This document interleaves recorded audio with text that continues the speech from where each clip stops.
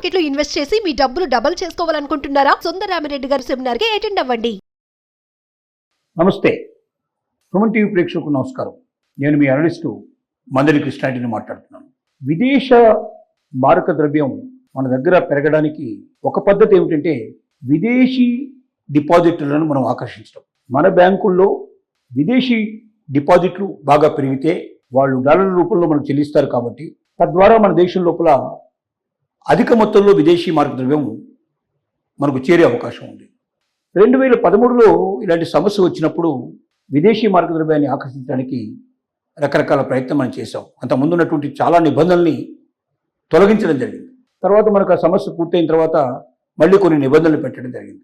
పశ్చిమాసియాలో యుద్ధం ఎక్కువ రోజులు కంటిన్యూ అవడం వల్ల ఇంధనాన్ని కొనుక్కోవడానికి, ఎందుకంటే ఇంధనం రేటు విపరీతంగా పెరిగిపోయింది. అసలు పెట్రోల్ కానీ, డీజిల్ కానీ, క్రూడ్ ఆయిల్ ధరలు కానీ, అలాగే గ్యాస్ కానీ, ఇంకా అనేక దాని ఆధారిత ఉత్పత్తులు కానీ విపరీతమైన రేట్లు పెరిగిపోయాయి.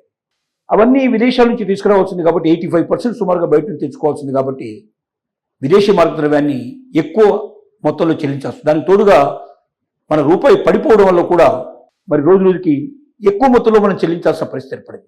ఈ పరిస్థితుల్లో దీనికి తోడుగా స్టాక్ మార్కెట్ కూడా పడిపోవడం, విదేశాల నుంచి మన దగ్గర స్టాక్లో పెట్టేటువంటి పెట్టుబడులు కూడా మ్యాక్సిమంగా తగ్గిపోవడం వల్ల కూడా విదేశీ మారక ద్రవ్య నిల్వలు అడుగంటిపోయే పరిస్థితి ఏర్పడింది. ఈ పరిస్థితుల్లో భారతదేశం, ముఖ్యంగా స్టేట్ బ్యాంక్ ఆఫ్ ఇండియా, మనకు సెంట్రల్ బ్యాంక్ అంటే స్టేట్ బ్యాంక్ ఆఫ్ ఇండియా అని ఇప్పుడు ప్రస్తుతానికి, ఈ స్టేట్ బ్యాంక్ ఆఫ్ ఇండియా విదేశాల్లో ఉన్నటువంటి బ్యాంకులన్నీ కూడా అలర్ట్ చేసి కొన్ని నిబంధనలు సడలించి కొంత అదనంగా డబ్బు డిపాజిట్లకు అందేటట్టుగా చేస్తూ 1 నుంచి 3 సంవత్సరాల లోపల ఉండేటువంటి డిపాజిట్లకు అన్నిటికీ 5.25% వరకు ఉండేట్టుగా చూసి, అంతకన్నా ఎక్కువ 5 ఏళ్లకు పైగా ఉండేటువంటి డిపాజిట్లకి అవసరమైతే 7.25% వరకు కూడా చెల్లించేందుకు స్టేట్ బ్యాంక్ ఆఫ్ ఇండియా సిద్ధపడింది. అమెరికాలో వడ్డీ రేట్లతో పోలిస్తే మన వడ్డీ రేట్లు చాలా గొప్పవి. 1.5%, 2% లోపలనే ఎక్కువ భాగం బ్యాంకులో ఎక్కువ వడ్డీ రేట్లు ఉంటాయి. అంతకన్నా మించి ఉండవు. 1.5%, 2% ఎక్కడ, 7.5% ఎక్కడ, దానికి దీనికి మధ్యలో 5% డిఫరెన్స్.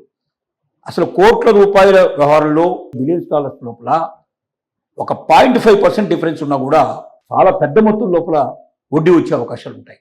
కాబట్టి విదేశ బ్యాంకుల లోపల నిల్వ ఉంచేదానికన్నా భారతదేశ బ్యాంకుల లోపల పెట్టుకుంటే ఇంత అత్యధికమైనటువంటి వడ్డీలు నమ్మదగిన దేశమైన భారతదేశంలో మాత్రమే దొరుకుతాయి తప్ప వేరే కొన్ని ఏషియన్ కంట్రీస్, పాకిస్తాన్ లాంటి దేశం లోపల వాళ్ళు 10% ఇస్తానా కూడా అక్కడ పెట్టడానికి ఎవరు సిద్ధపడరు. ఎందుకంటే ఆ దేశం మీద నమ్మకం లేదు. ఇప్పుడు ఏమవుతుందో తెలియని పరిస్థితి.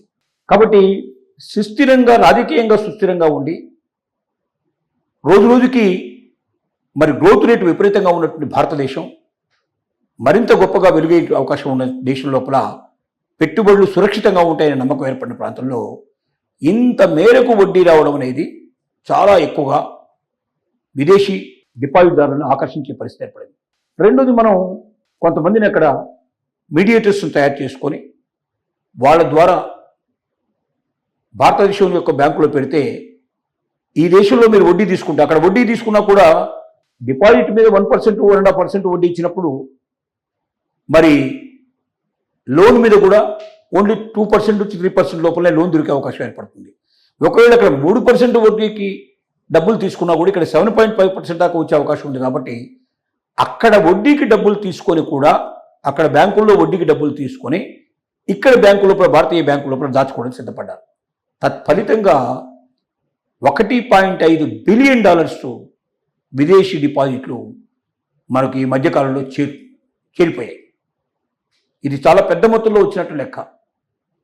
ఒకవైపున దేశం ఆర్థిక మాంద్యం వైపు నడుస్తూ ఉంటే, విదేశీ మారక ద్రవ్యాల నిల్వలు తగ్గిపోతూ ఉంటే, మరి రూపాయి విలువ రోజు రోజుకు పడిపోతున్న ఈ తరుణంలో విదేశీ డిపాజిట్లు మనకు ఇంత పెద్ద మొత్తంలో రావడం అనేది ఒక గొప్ప శుభసూచకంగా మనం భావించాల్సిన పరిస్థితి ఏర్పడుతుంది. ఎందుకంటే విదేశీ మారక ద్రవ్యం మీద ఆధారపడి చాలా విషయాలు మనకు ఉన్నాయి. ముఖ్యంగా మనం దిగుమతులు చేసుకోవాలంటే చాలా విషయాల్లో మనం ఇంకా దిగుమతుల మీదనే ఆధారపడి ఉన్నాం. ముఖ్యంగా ఇంధనం విషయంలో అయితే 85% దాని మీద డిపెండ్ అయి ఉన్నాం. ఇది కాకుండా చిప్స్ లాంటివి ఏవైతే ఉన్నాయో, ఇటు అనేక రంగాలు ఎలక్ట్రానిక్ పరిశ్రమకి ఆయుపట్టైనటువంటివి. అలాగే మన యొక్క యుద్ధానికి సంబంధించినటువంటి పరికరాలు తయారు చేసుకోవడంలో కూడా చిప్స్ యొక్క ప్రాధాన్యత చాలా ఎక్కువ ఉంది. ఈ చిప్స్ను కూడా మొత్తం మన విదేశాల నుంచి మనం తెచ్చుకోవాల్సిన పరిస్థితి ఏర్పడింది. ఇప్పుడు దేశం లోపల దాన్ని అభివృద్ధి పరచడం కోసం మనం ప్రయత్నం చేస్తున్నాం. ఈ యుద్ధం మనకు చాలా నేర్పించింది. దాంట్లో ఇవి కూడా ఒక భాగం. ఏది ఏమైనప్పటికీ విదేశీ మారక ద్రవ్యం మనకెంత పెరిగితే అంత మంచిది. దానికి ఒక ముఖ్యమైన అవకాశం ఏంటంటే, మన దేశంలో వడ్డీ రేట్లు చాలా ఎక్కువ కాబట్టి బ్యాంకు లోపల అభివృద్ధి చెందిన దేశాలు అమెరికా, యూకే, కెనడా లాంటి దేశాల లోపల మరి చాలా తక్కువ పర్సెంట్ వడ్డీ ఉండడం, అలాగే అక్కడ లోన్స్ కూడా రుణాలు చాలా తక్కువ రేటుకు లభించడం, అక్కడ తక్కువ రేటుకు రుణాలను తీసుకొని వచ్చి ఆ డబ్బుని భారతదేశంలో సురక్షితంగా ఇక్కడ బ్యాంకుల లోపల నిల్వ ఉంచడం. స్టేట్ బ్యాంక్ ఆఫ్ ఇండియా లాంటి పేరు పొందిన బ్యాంకు, ప్రపంచంలోనే 2వ స్థానంలో ఉన్నటువంటి bank state bank of India. ఇలాంటి స్టేట్ బ్యాంక్ ఆఫ్ ఇండియా లోపల దాచుకుంటే భారతదేశం లోపల ఉన్న సుస్థిరతకి చిహ్నం కాబట్టి మనకు అనేక రెట్లు పెరుగుతాయి మన డబ్బు. అమెరికాలో దీన్ని ఉంచుకోవడం కన్నా, లేక యూరోపియన్ కంట్రీస్లో పెట్టుకోవడం కన్నా, దీన్ని తీసుకెళ్లి భారతదేశంలో పెట్టినట్టయితే పైపెచ్చు ఆ దేశాల లోపల రుణం తీసుకొచ్చి ఈ దేశంలో పెట్టినట్టు అక్కడ రుణం చాలా తక్కువ రేటు దొరుకుతుంది, ఇక్కడ చాలా ఎక్కువ రేటు వడ్డీ వస్తుంది. కాబట్టి ఈ మధ్యదాన్ని బేరీజ్ వేసుకొని చాలామంది డిపాజిట్ చేయడానికి సిద్ధపడుతున్నారు. ఇంకా ఈ నిల్వలు పెంచడానికి భారత ప్రభుత్వం మ్యాక్సిమం ప్రయత్నం చేస్తూ ఉంది. విదేశాల్లో ఉన్నటువంటి, అక్కడ విదేశాల్లో స్థిరపడ్డటువంటి మన భారతీయుల చేయుతను కూడా తీసుకునేందుకు ప్రయత్నం చేస్తూ ఉంది. ఎవరైతే ఇలాంటి వాటిని ఏజెంట్లుగా పనిచేస్తారో అలాంటి వాళ్ళని పెంచుకునే ప్రయత్నం చేస్తూ ఉంది. విపరీతంగా దీని గురించి ప్రచారం చేసే ప్రయత్నం చేస్తూ ఉంది. తత్ఫలితంగా $1.5 బిలియన్ విదేశీ మారక ద్రవ్యాన్ని ఈ సంవత్సరం మనం పొందగలిగాం. ఇది లాస్ట్ 2025కి సంబంధించినటువంటి. 2026లో దీన్ని 2 నుంచి 3 చేయాలనే ఆలోచన కూడా, ప్లానింగ్ కూడా ఉంది. అటువైపు కూడా ప్రయత్నం జరుగుతూ ఉంది. ఈ ప్రయత్నాలు ఫలిస్తే పెద్ద మొత్తంలో మనకు విదేశీ మారక ద్రవ్యం పెరిగే అవకాశం ఉంది. ఫారిన్ డిపాజిటర్స్ని ఎక్కువ పెంచుకునే అవకాశం ఉంది. ఇది లాంగ్ టైం కోసం వస్తున్నారు వాళ్ళు. షార్ట్ టైం కన్నా లాంగ్ టైంలో పెట్టుకుంటే ఎక్కువ వడ్డీ వస్తుంది. కాబట్టి 5 ఏళ్ళు అంతకు మించి ఆ డబ్బుని మన బ్యాంకుల్లో దాచుకోవడం సిద్ధపడే వాళ్ళ సంఖ్య పెరుగుతుంది రోజుకి. ఈ సంఖ్య ఎంత పెరిగితే మనకు అంత మంచిది. ఎందుకంటే వెంటనే పెట్టి బ్యాంకులోంచి వెంటనే డబ్బు తీసుకెళ్ళిపోతే మనం లాంగ్ టైంలో దాన్ని ఉపయోగించుకోవడానికి, ఏదైనా మంచి ప్రాజెక్టు ఉపయోగించుకోవడానికి కష్టం అయిపోతుంది.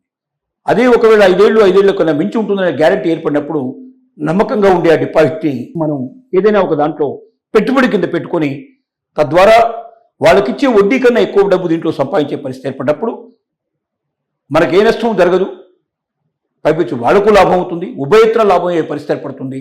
తద్వారా మన ఆర్థిక రంగం అభివృద్ధి బాగా పెరిగిపోయి మనం విదేశీ మారక ద్రవ్యం లోపల ఎవరి దగ్గర చేయి దాచాల్సిన అవసరం లేకుండా మన యొక్క అవసరాలన్నీ మనం తీరేటట్టుగా ఏర్పాటు చేసుకోవడానికి ఈ బ్యాంక్ డిపాజిట్లు ఏవైతే ఉన్నాయో, విదేశీ డిపాజిట్లు చాలా గొప్పగా పనిచేస్తున్నాయి.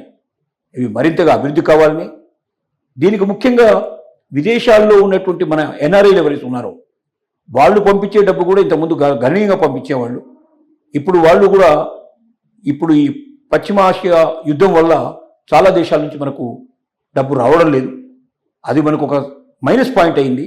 ఈ మైనస్ పాయింట్ అధిగమించేటట్టుగా విదేశీ డిపాజిట్ని మనం ఆకర్షించగలిగితే మన లోటుని మనం తీర్చుకునే అవకాశం ఏర్పడుతుందని మాత్రం అనుకోగల తప్పదు.